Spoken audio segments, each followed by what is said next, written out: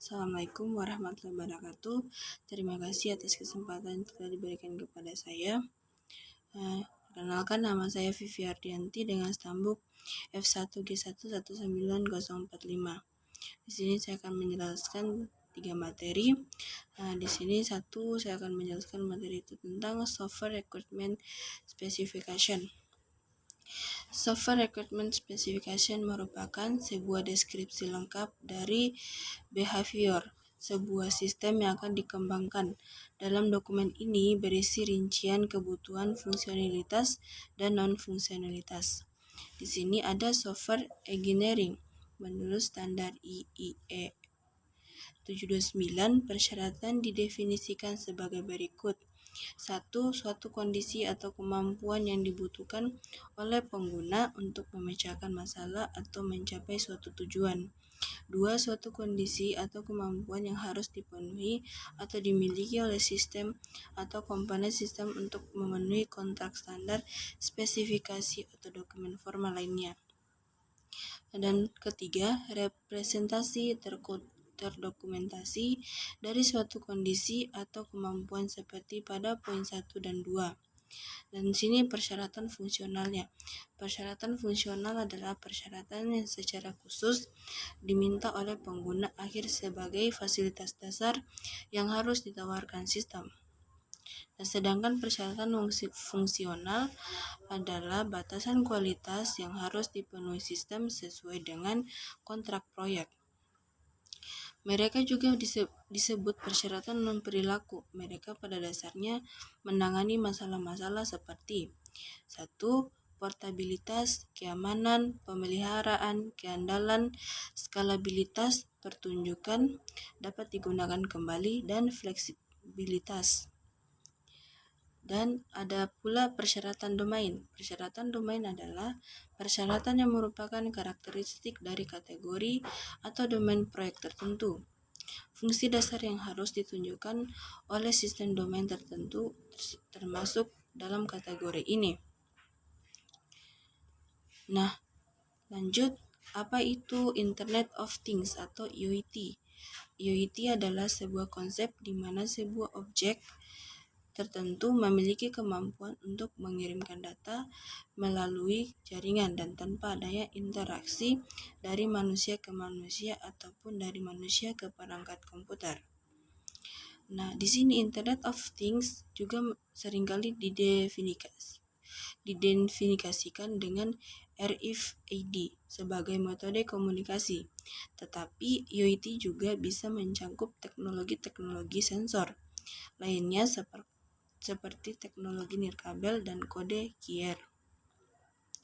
Dan IoT juga memiliki cara kerja, yaitu cara kerja Internet of Things yaitu adalah memanfaatkan sebuah argumentasi dari algoritma bahasa pemrograman yang telah tersusun, di mana setiap argumen yang berbentuk akan menghasilkan sebuah interaksi yang akan membantu perangkat keras atau mesin dalam melakukan fungsi atau kerja.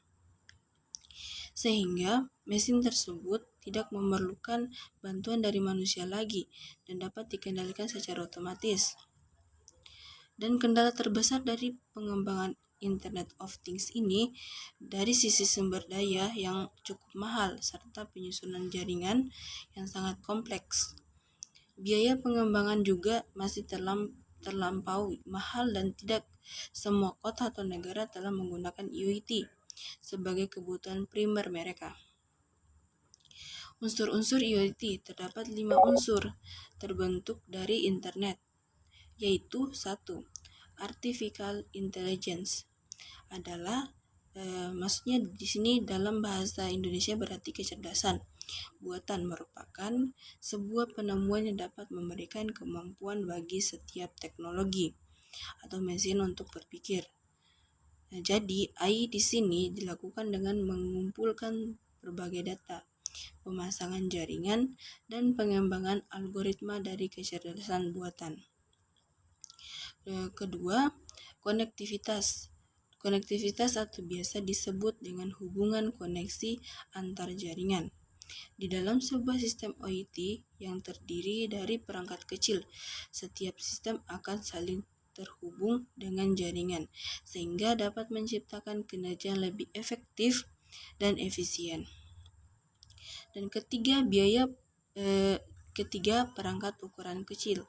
Nah, di dalam perkembangan teknologi masa kini, semakin kecil sebuah perangkat maka akan menghasilkan biaya yang lebih sedikit. Namun, efektivitas dan skalabilitas menjadi tinggi sehingga di masa yang akan datang manusia dapat lebih mudah menggunakan perangkat teknologi berbasis IoT dengan nyaman, tepat, dan efisien. Poin keempat yaitu sensor. Sensor ini merupakan unsur yang menjadi pembeda dari IoT dengan mesin canggih yang lain. Dengan adanya sensor, mampu untuk mendefinisikan sebuah instrumen yang mana dapat mengubah IoT dari jaringan standar yang cenderung pasif menjadi sistem aktif yang terintegrasi dengan dunia nyata. Poin kelima, keterlibatan aktif. Banyak mesin modern yang masih menggunakan keterlibatan secara pasif, namun yang menjadi pembeda dari mesin yang lain, IoT telah menerapkan metode paradigma aktif dalam berbagai konten produk serta layanan yang tersedia. Lanjut, materi kedua yaitu sistem embedded. Embedded system atau sistem tertanam merupakan sistem komputer khusus yang dirancang untuk menjalankan tugas tertentu dan biasanya sistem tersebut tertanam dalam satu kesatuan sistem. Sistem ini menjadi bagian dari keseluruhan sistem yang terdiri atas mekanik dan perangkat keras lainnya. Bidang embedded system mencakup penguasaan perangkat keras atau hardware. Sistem embedded merupakan sebuah sistem atau rangkaian elektronika digital yang merupakan bagian dari sebuah sistem yang lebih besar, yang biasanya bukan berupa sistem elektronika. Ciri-ciri embedded system yaitu satu, mempunyai computing power. Dengan kata lain, dilengkapi dengan sebuah prosesor. 2. Bekerja di lingkungan luar ruangan IT, jadi kemungkinan besar tidak dilengkapi dengan AC dan menghadapi gangguan dari luar seperti getaran dan debu.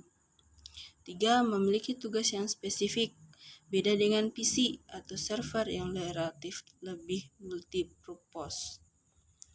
Komponen sistem embedded. 1. Memiliki hardware. 2. Memiliki software and firmware. Memiliki sistem operasi yang waktu nyata atau real-time operating system yang mengawasi perangkat lunak, aplikasi, dan menyediakan mekanisme untuk membiarkan prosesor menjalankan proses sesuai dengan penjadwalan dengan mengikuti rencana untuk mengontrol latensi. RTOS mendefinisikan cara sistem bekerja. RTOS menetapkan aturan selama pelaksanaan program aplikasi. Kelebihan sistem embedded. 1. Mudah disesuaikan. 2. Konsumsi daya rendah, biaya rendah, peningkatan kinerja. Sedangkan kekurangan sistem embedded yaitu upaya pengembangan tinggi, waktu yang lebih besar untuk memasarkan. Lanjut, materi ketiga, hardware and software. Hardware atau dalam bahasa Indonesia disebut perangkat keras adalah semua bagian fisik komputer. Identitas yang membedakan hardware adalah data yang berada di dalamnya atau yang beroperasi di dalamnya, dan dibedakan dengan perangkat lunak atau software yang menyediakan instruksi untuk perangkat keras dalam menyelesaikan tugasnya.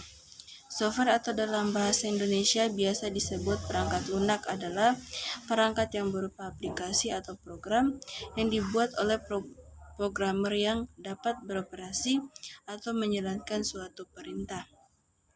Fungsi hardware and software.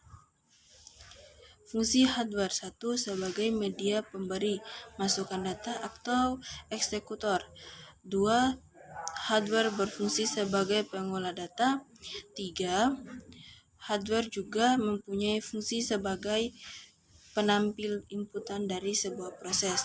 Nah, sedangkan fungsi software yaitu satu, software berfungsi sebagai sistem operasi atau sistem pendukung. 2. Software berfungsi untuk mengatur atau mengontrol hardware. 3. Software juga berfungsi sebagai penerjemah setiap instruksi-instruksi ke dalam bahasa mesin sehingga dapat diterima oleh hardware. Contoh hardware dan software. Contoh perangkat kerasnya yaitu 1. CPU sebagai unit pengelola data. 2. RAM tempat penyimpanan data secara sementara. 3. Hard disk media penyimpanan data sebagai yang semi permanen. Mouse dan keyboard perangkat masukan media yang digunakan untuk memasukkan data untuk diproses oleh CPU. Kelima, monitor sebagai alat penampil output atau keluaran yang dihasilkan oleh CPU, sedangkan speaker sebagai alat penampil output keluaran berupa suara yang dihasilkan oleh CPU. Contoh perangkat lunaknya. 1. Perangkat lunak aplikasi seperti pengolah kata, lembar, tabel, hitung, dan lain-lain. 2. Sistem operasi, misalnya Windows dan Linux. Perkakas atau pengembangan perangkat lunak seperti kompilator untuk bahasa pemrograman tingkat tinggi seperti Pascal dan bahasa pemrograman tingkat rendah yaitu bahasa rakitan. 4. Perangkat keras atau device driver yaitu penghubung antara perangkat keras pembantu dan komputer adalah software yang banyak dipakai di swalayan dan juga sekolah yaitu penggunaan barcode scanner pada aplikasi. 5. Perangkat lunak menetap seperti yang dipasang dalam jam tangan digital dan pengendali jarak jauh. Perangkat lunak bebas atau freely bird software dan perangkat lunak sumber terbuka atau open source software. 7. Perangkat lunak gratis atau freeware. 8. Perangkat lunak uji coba. Dan ke-9 perangkat lunak perusak. Nah, jadi itu saja penjelasan dari 3 submateri yang lebih dan kurangnya